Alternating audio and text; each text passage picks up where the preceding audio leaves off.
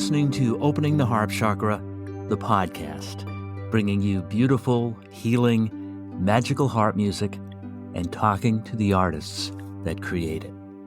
Today's guest is a concert harpist from London, England. She's performed in venues and at festivals all over the world. She's won several competitions, including the London Harp Competition, graduated from the Royal College of Music in London.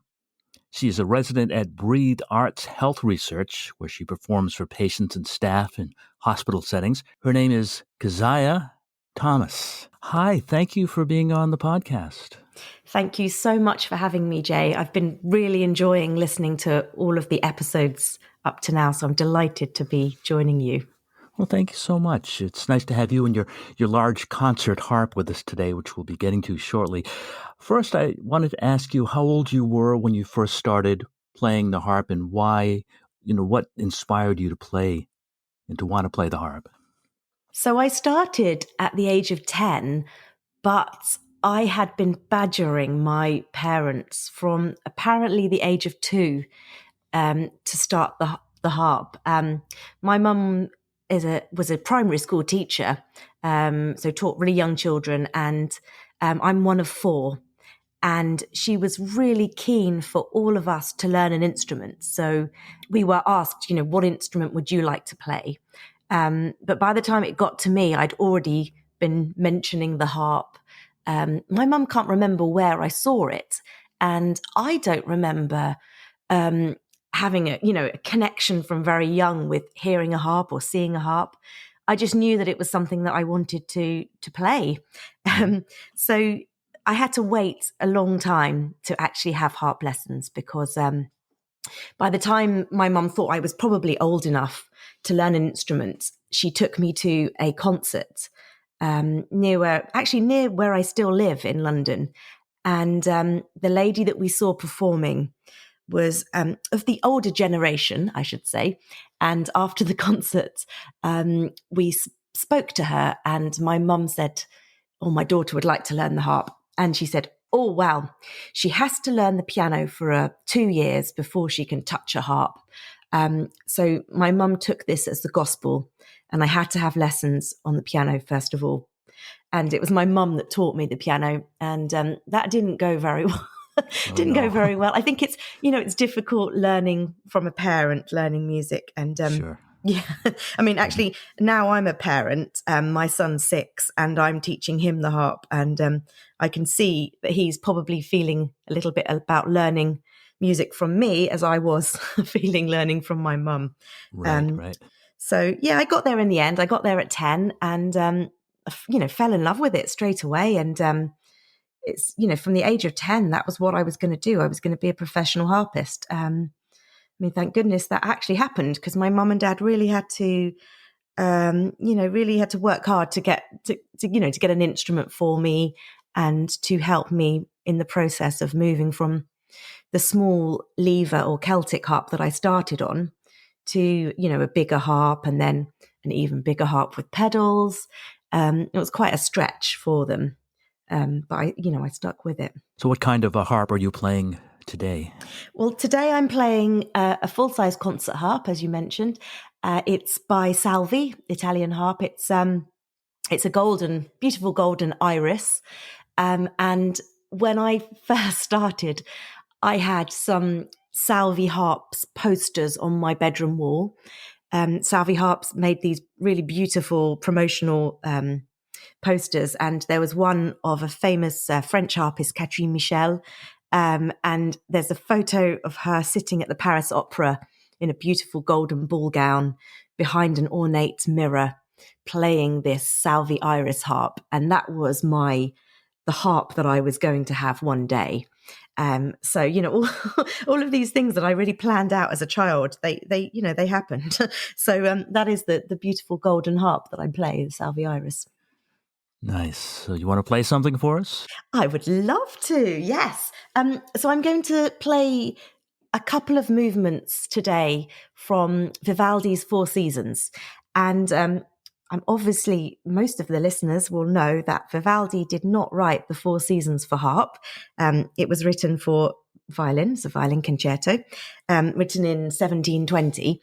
But I decided a couple of years ago to arrange one movement for a specific concert that was winter themed. So I thought, it would be really great to play winter from the Four Seasons. And I spent a month arranging it.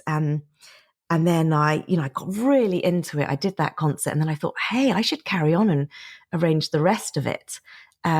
So over the year in 2019, during each season, I arranged each of the 4 concertos. So they hadn't been arranged for solo harp before. So this is the first solo harp arrangement of the complete 4 seasons. So I'd like to play the first movement of Summer. And in this movement, you are going to hear, first of all, it opens with the extreme heat of summer, the sun blazing down, and the feeling of the shepherd in the field is absolutely exhausted and just has to kind of sit under a tree, wilting in the heat. And then after this introduction, you hear the cuckoo and the turtle dove. And these are sounds of nature that really actually sound wonderful on the harp. It was really fun to find ways of making the techniques to work on the instrument. And then you hear sweet winds, south winds of Zephyrus and Boreas. And the shepherd gets slightly worried at this point when the wind starts blowing, because he starts worrying about his crops. There's a fierce storm looming. So this is the first movement of Summer by Vivaldi from the Four Seasons.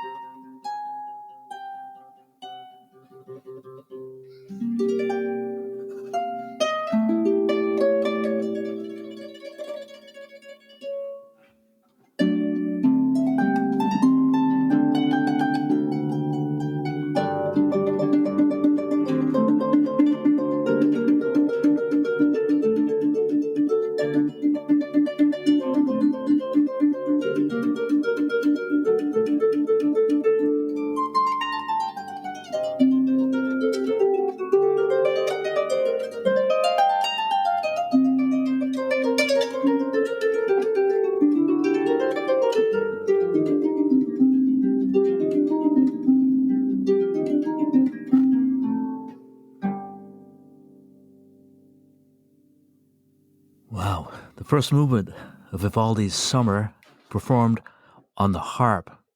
Keziah Thomas.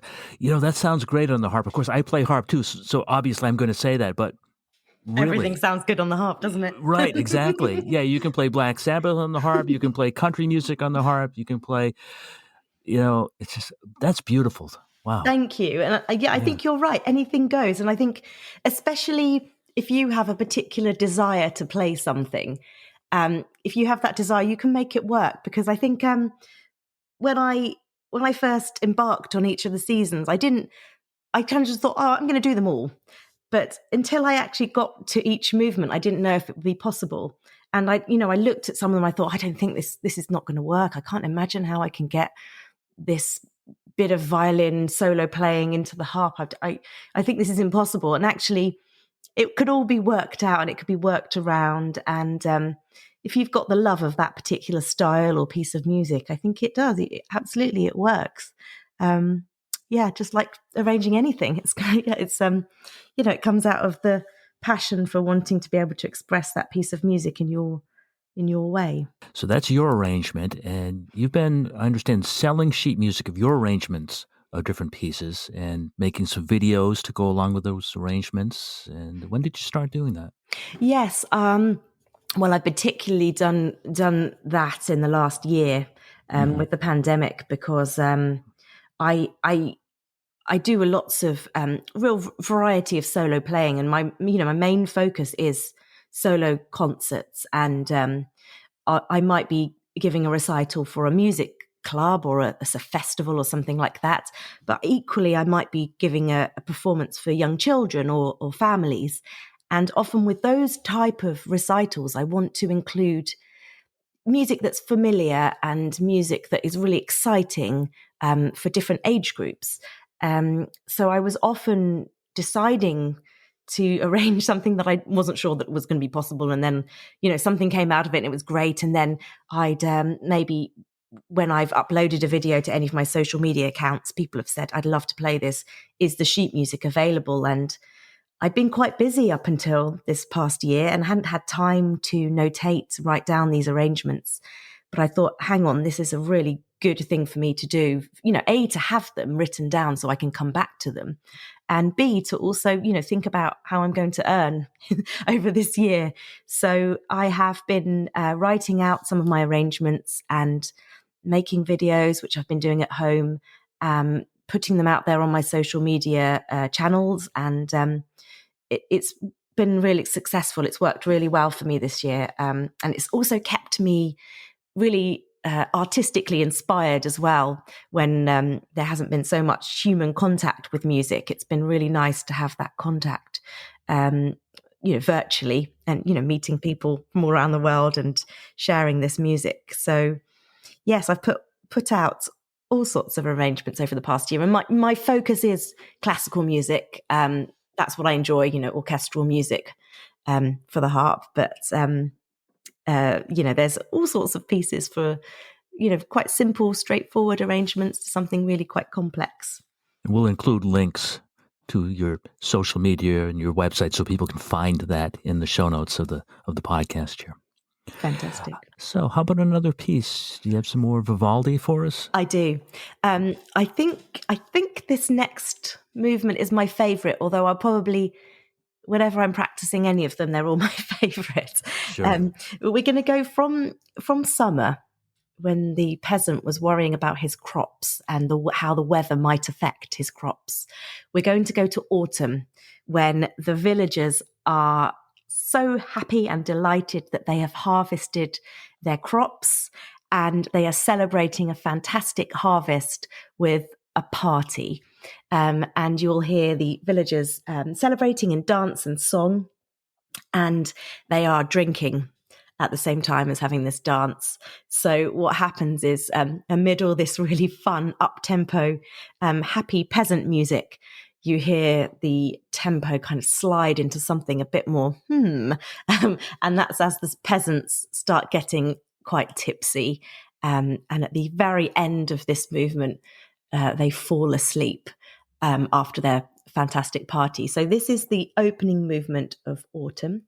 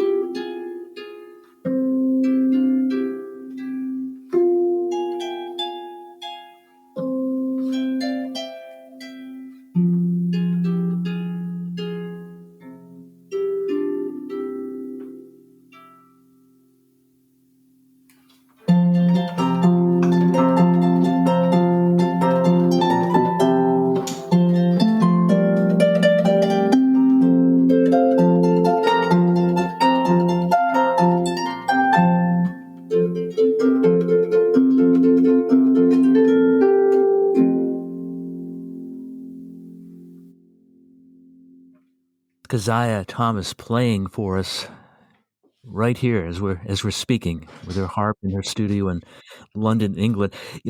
One of the things I love about having you play right now is you hear these little sound, you hear the strings, or you hear sometimes a breath, and I like that. It just sounds really It's connects. happening now. Yeah, it's Exactly. happening I right know. now. It's yes, it's certainly very joyful to just sit playing. I think Yeah. as a as a musician, we don't really like listening back to ourselves. So yeah, it's wonderful just to be in the moment and just Exactly. play for Yeah. you now. In the moment. I was going to say that too. In the moment, you're riding this wave like a surfer, um, and it's cool. Absolutely. It's Yeah. very cool. There's nothing like playing the harp. There really isn't. No, Aren't we I lucky, agree. Jay? We are very lucky and fortunate indeed. Yes. Yes. I wanted you to tell us about this group learning program that you founded, the Little Harp Social. Yes. And this came out of weekend harp courses that I run here in the UK. I've been Mm-hmm. running harp retreats for about 7-8 years now. And they were always bringing together people that played the harp already. And we just get together socially and to play together. But I thought this was such a lovely thing to do, to come together. And I thought, wouldn't this be great if we could come together just to start the harp from scratch in a group setting? Because so often with learning the harp, it's very solitary. You'll practice alone at home. If you have lessons, you'll have a lesson 1-to-1 with a teacher, or you might be learning on your own online, or that kind of it's an instrument that mostly plays on its own. So I just thought, wouldn't it be great to have people coming together, adults specifically, to socialize and play the harp, like a harp circle idea. So I devised a program using lap harps, so 20-string lap harps, and I wrote the course material for a beginner's course. And I thought, to help practice, we'll come together, we'll learn together in a group, we'll stop for a cup of tea and a chat.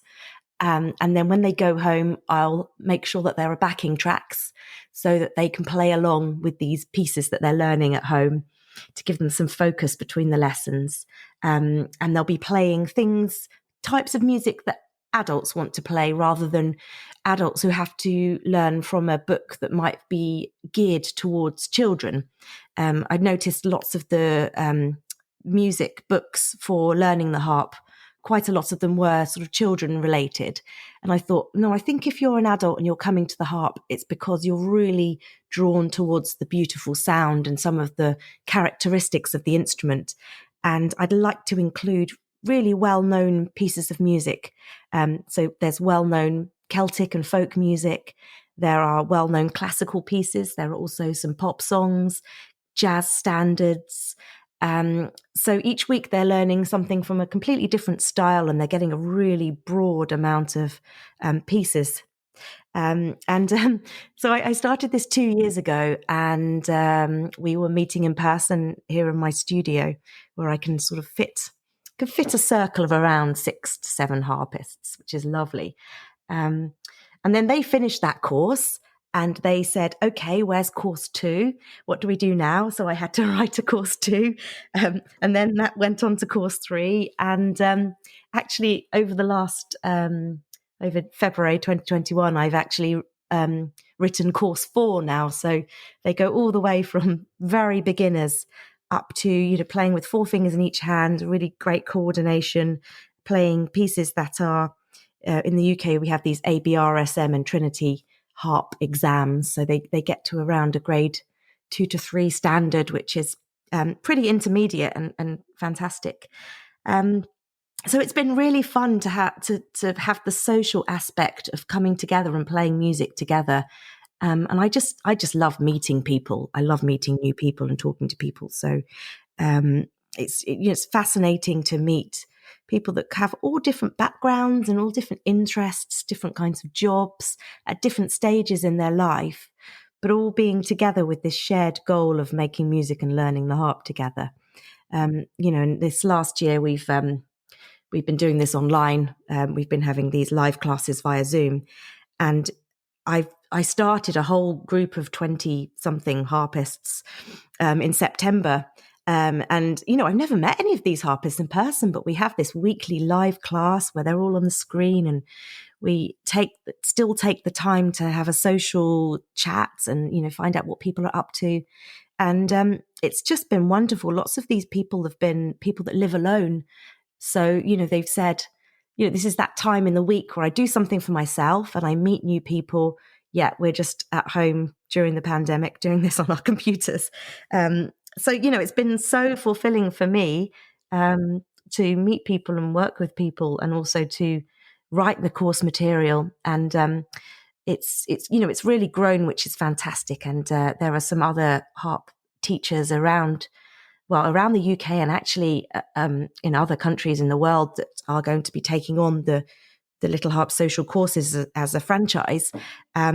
So it's been really exciting. It's come out of a love of playing the harp, but also I'm interested in business and developing that side of being a musician, which is so important now. Developing what we can do to make passive income, as it were. Sure. So it's been wonderful, really, really wonderful. That's great. One might think that an adult learning to play a new instrument, a beginner, might be a little intimidated by someone of your stature, but after talking to you, you're just so approachable and just so you just connect. Yeah. Well, I obviously I know loads about playing the harp, but there's so much that I don't know, and I learn so much from each of those individuals that come for their lessons. And I learn a lot about myself. I learn a lot about how to teach and how to communicate music, and just that the music is is our way of communicating. And for me, communicating through music is so natural, but it's just a vessel for this communication, isn't it? And that's what we crave, I think, as humans. We crave connecting with somebody else some way. So I absolutely love it. And I think, I learn as much as they learn, I think. Well, having listened to the podcast, you probably know I'm very interested in the healing aspects of the instrument. So I'm curious about your work with the Breathe Arts Health Research Group. Breathe is a fantastic charity here in the UK. And I've been playing for Breathe for about 10 years. And there is a group of, I think there's about 15 of us, professional musicians, professional performers. I think 5 of us are harpists. There's guitarists. There's a violinist, someone who plays the kora. So there's, a variety of people that have different musical backgrounds. And we go into hospitals to play for patients and staff, using music to create an atmosphere in waiting areas, to change, the atmosphere of being in hospital. So we're not music therapists, but we're trained in using music to communicate with people and to create an atmosphere in hospital that isn't always terrifying, exhausting, and we're there for the staff and for the patients. So at the moment, over the pandemic, we haven't been able to go in to play for patients for a lot of the time. But just over the last month, we've been into these areas in the hospital, and this is at Guy's Hospital in central London and at St Thomas's Hospital in central London, where the NHS have put together areas for staff to rest and recharge themselves.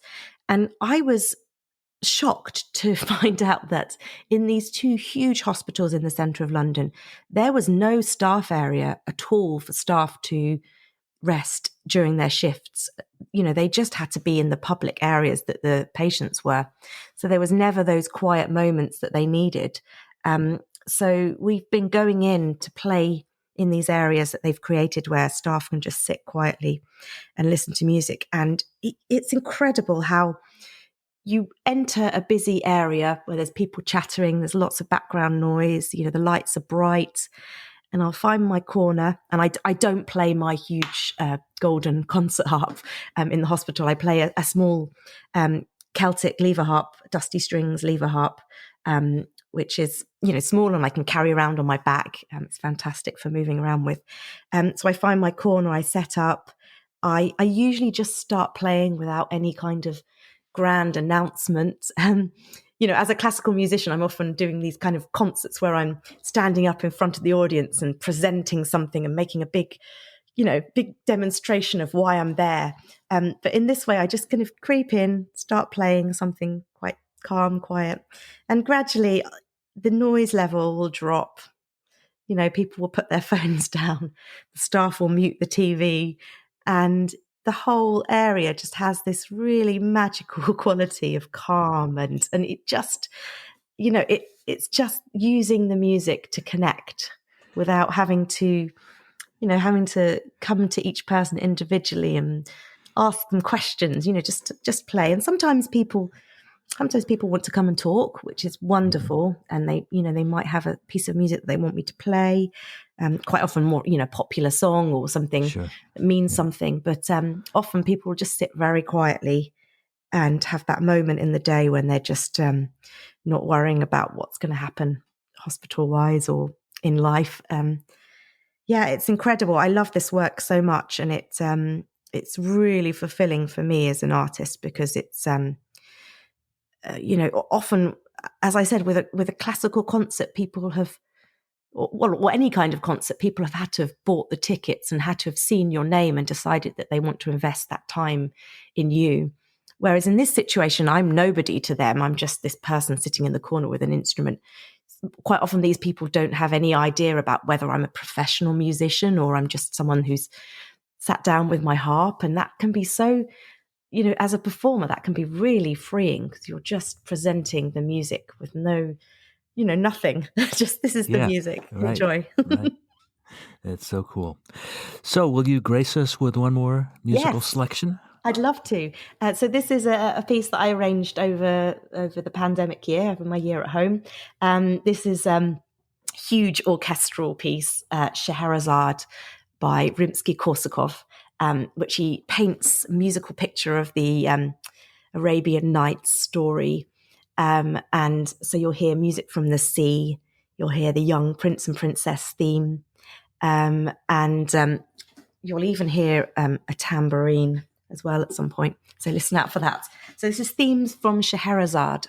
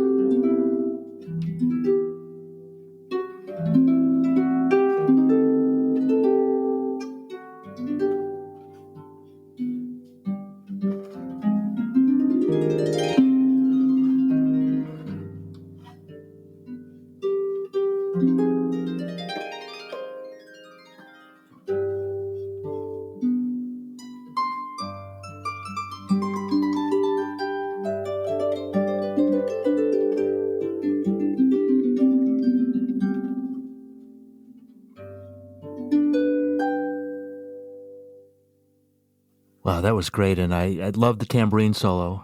That was so Thank you. cool. Yeah, nice. Have to make sure it's in reach each time. You have to, and you make sure it's in tune and everything. Absolutely. So you have to. So quickly, before we wrap up, musically, who inspires you? Oh, I have such a wide interest in all sorts of music. I mean, as I said earlier, I'm really inspired by my younger years in playing in orchestras, youth orchestras. So large scale orchestral music, Shostakovich symphonies, Rachmaninoff symphonies, all of the greats. And also my years of singing in choirs, so Mozart Requiem, things like that. So, classical music, but I'm also married to a pop musician. So my husband, not by trade any longer, but he writes songs.